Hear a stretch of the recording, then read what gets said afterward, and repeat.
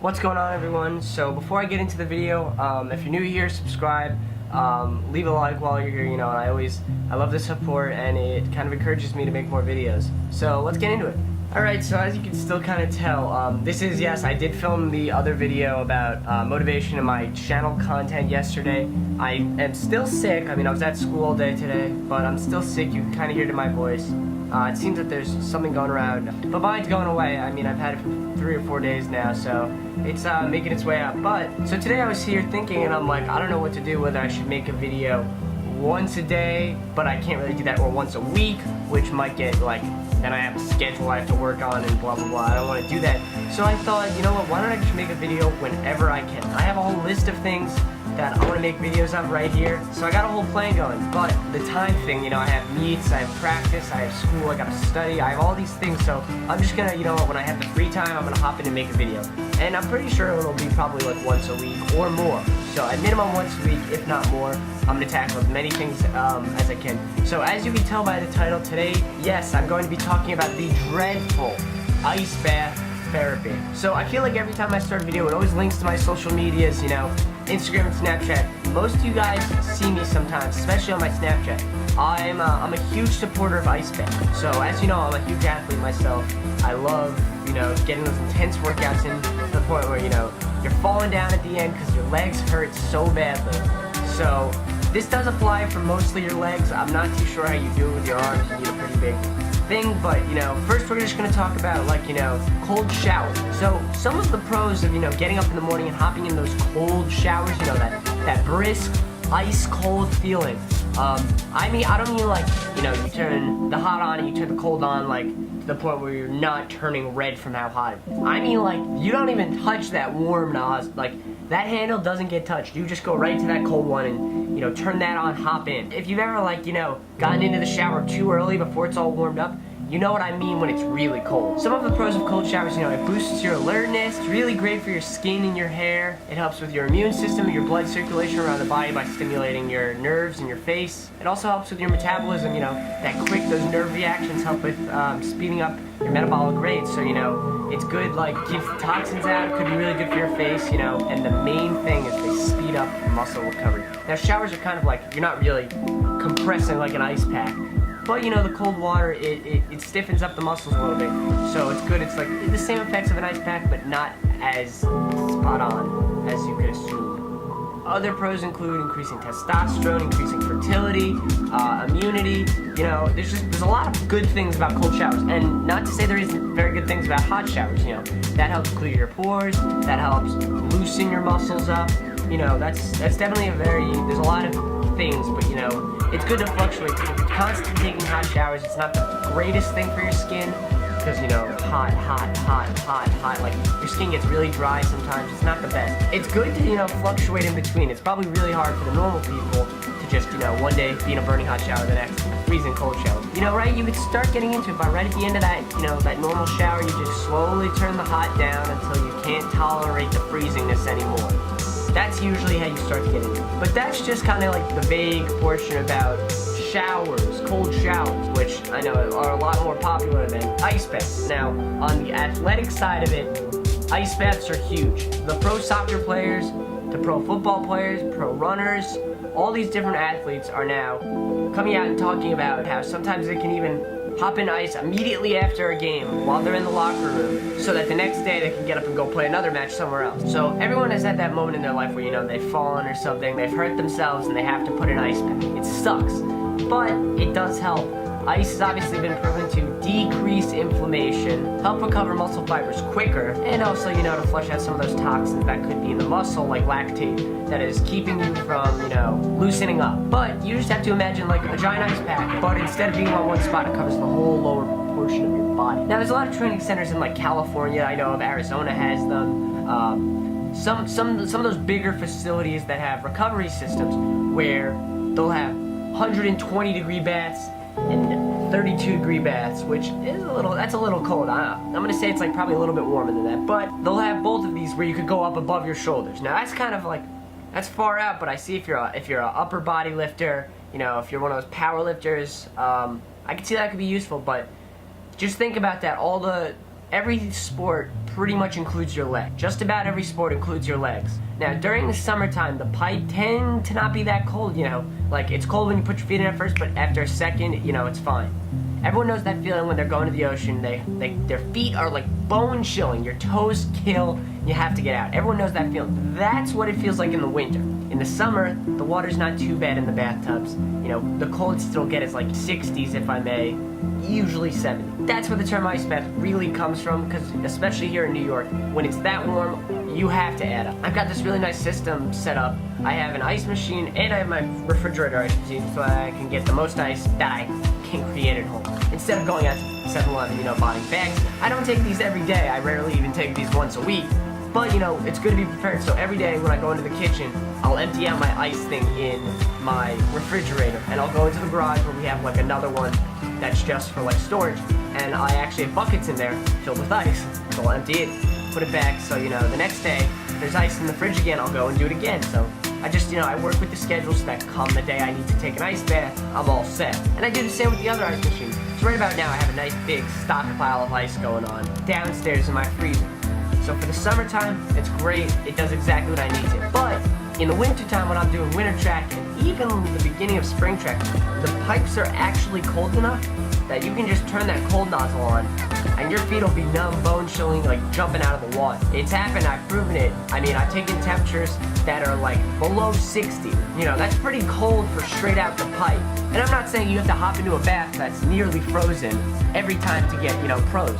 The bath can be at like 60 degrees to still be beneficial. That's why a lot of people, you know, prefer just to go to the ocean after a long run. It's refreshing and everything. But in the wintertime, I actually think it's much worse taking ice baths because they hurt a lot more because you got to get used to it. Now, depending on what kind of athlete you are, preferably for me, I'm not going to go, you know, like run a 5K in practice, you know, like a light kind of 5K just for the miles, and then go home and take an ice bath. I don't see it really working like that. I only use ice baths when like your muscles are so drawn out that you're having problems walking straight. So during like normal track season, when we're doing like 400s constant full speed loops, you know, that's when it starts to take a toll. When you're lifting, and I can see in football they lift a lot, wrestling they lift a lot, lacrosse they lift a lot, you know. All that heavy lifting, it does some damage on your muscles, and diet's a whole important thing, which I'm going to talk about in a few later videos. Ice baths can be very beneficial. So what you should be getting from this is that not all athletes are going to need to go home and hop in an ice bath. I mean, it may make you feel like a better person, may make you feel like a warrior that you are doing it. You're probably getting some good stuff out of it, but you know, it might not actually be worth the pain in the end of the ice, depending on what you did. After a hard day at the gym, you know, an ice bath's not going to kill you. But if you went for a walk and played frisbee in the park, you really don't need to go to this extent. This is kind of just like, I'll turn the ice cold water on and I'll be standing in it the second that's on, because it takes time for your feet to get used to it. Everyone knows the feeling, like I said, you run into the ocean, you gotta get out after a minute because your feet hurt, it hurts. So you gotta get used to it so that over time, by the time it's filled and you gotta put your whole body in it, then you know it's okay. So I'll stand in it as it's filling up, you know, I'll be on my phone. Maybe I'll have a book with me or something, a protein drink, whatever. And then by the time it's filled, then, you know, so in this case, I'll grab the ice bucket. I'll pour the whole thing in. I'll sit down, you know, the water will be right up to my waist. It'll suck. After 10 seconds, you'll be like, oh, this isn't too bad. You gotta then shake your legs, because as the water sits, if the water sits, it's gonna heat up the water around you from your body temperature. So if the water's constantly moving, then you're gonna get the recovery you need, you know. Imagine your legs are sitting still, giving off heat to the water around you. It's gonna feel like you're getting warmer, the water's getting warmer. That's because it is around you. So you gotta move your legs around, you know, keep that water constantly moving. And now personally, I'll recommend like you stay in between, I would go for between like 10 and 15 minutes. Anything less, you know, it better be really cold if it's that much less. And anything more, you know, could be dangerous. So I don't recommend you doing that. You gotta be very careful with these because obviously hot loosens you, cold tenses you. That's why you wear warm-up clothing. Warm up is because you have to warm up your muscles and tendons and ligaments. So as you're cooling down, it's pretty much squeezing your muscles. So, you know, if you stand up really quickly, you actually can pull a muscle. I mean, that it can happen. So it's gonna feel really weird at first. You know, you're gonna get up, your legs might be numb, your feet might be tingly, you know. Don't hop into a burning hot shower. For the love of God, do not do that. So you get out of the ice cold bath. The first thing people do is like, I'm gonna get in a burning hot shower, it's gonna feel great. Wrong! You gotta get out of the ice bath and then let your body naturally get back up to temperature. It helps with the recovery. So, you know, you get out, you wrap the towel around your legs, you know, you come in, you sit down for a little while, go on your phone, do whatever for like 5 or 10 minutes again. You gotta let your body warm up. And, you know, then you can go take your shower. If you've ever put your hand into an ice cold bucket of water and then put it under a boiling hot water, your hands get tingly. It's not good for your hands and your nerves. It actually is very bad for them. Same thing with your legs. So, now that you've all mastered and listened to that whole intro to the ice bath, what it does, how you do it, the part you've been waiting for, I'm gonna go demonstrate how to do it properly. And disclaimer, I really did not need to do this. I didn't have a workout. I've been off for like 3 or 4 days because of my health. I'm just doing this for the video, so let's go. Just so you know, like I said, this is a demonstration. Really don't need to do this, but we're gonna do it. So, currently I am positioned in a shower slash bath in my house. The first step you're gonna do is you're gonna come on over to these fancy looking controls over here. Make sure the shower head's not on, that one. And you're gonna take this fancy one on the right. It's usually the right, it's the cold one. That's the hot. That's the, yeah, it's the cold. You're gonna get that cranked up. Make sure your drain is plugged. And now we begin the wait.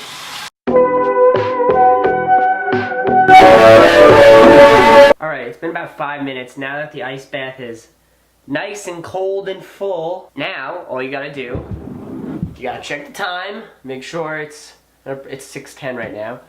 What I do, my favorite thing, you never want to take this slowly, and you're like, wait a sec, why am I doing this? Forget it. Okay, once you're in, it's gonna really suck for about 10 seconds. And like I said, before or after you get in, you're gonna want to grab your ice. So what I usually have is about a 5-gallon bucket, something about this size. I'm not gonna waste that much ice. This is already cold enough for a demonstration. You're gonna grab your 5-gallon bucket of ice. You're gonna drop it all in. You're gonna freeze for a sec. Oh my God. You're gonna make sure you keep your legs moving so the water's fluctuating. I recommend keeping some sort of overgarment on to keep you warm. I know it's gonna get wet. It sucks. I don't know what you're gonna do. It's water. But you know, you'd rather be warm than shivering. So, like I said, you gotta make sure you check the time or set a timer or whatever, and let the painful process begin. I'm kind of used to these at this point. They still suck though, no matter what. I've done like 100 of them. So I'll just go on my phone for the next few minutes. Alright, it's been about like, 11 minutes. It's been about 11 minutes. I wasn't watching. So now, all you have to do is get out. Like I said earlier, when exiting such cold, terrible, miserable temperatures, you're gonna wanna make sure that you don't move too quickly or stretch in a way that you wouldn't usually stretch, because you might hurt yourself actually. Your muscles are a lot tenser than they're used to. You make sure you grab your phone, or in this case, your camera, and you come in here and you relax again and you take a seat for a little while. That is a wrap for today. You know the rest, you take your shower, whatever. I hope you guys enjoyed the demonstration as much as I did. Definitely cold, my body did not need that, but I'm glad, you got to see something fun every once in a while. So I'm going to be doing videos like this every once in a while. I got a whole list of things I want to talk about. But this was just for those who are curious about my crazy obsession with these ice baths. Please leave a like if you liked this video. I worked very hard on it. Please subscribe if you're new here. And, check out some of my other videos. I filmed a great video yesterday, so take a look around while you're here. Alright, I'll see you guys on the next video.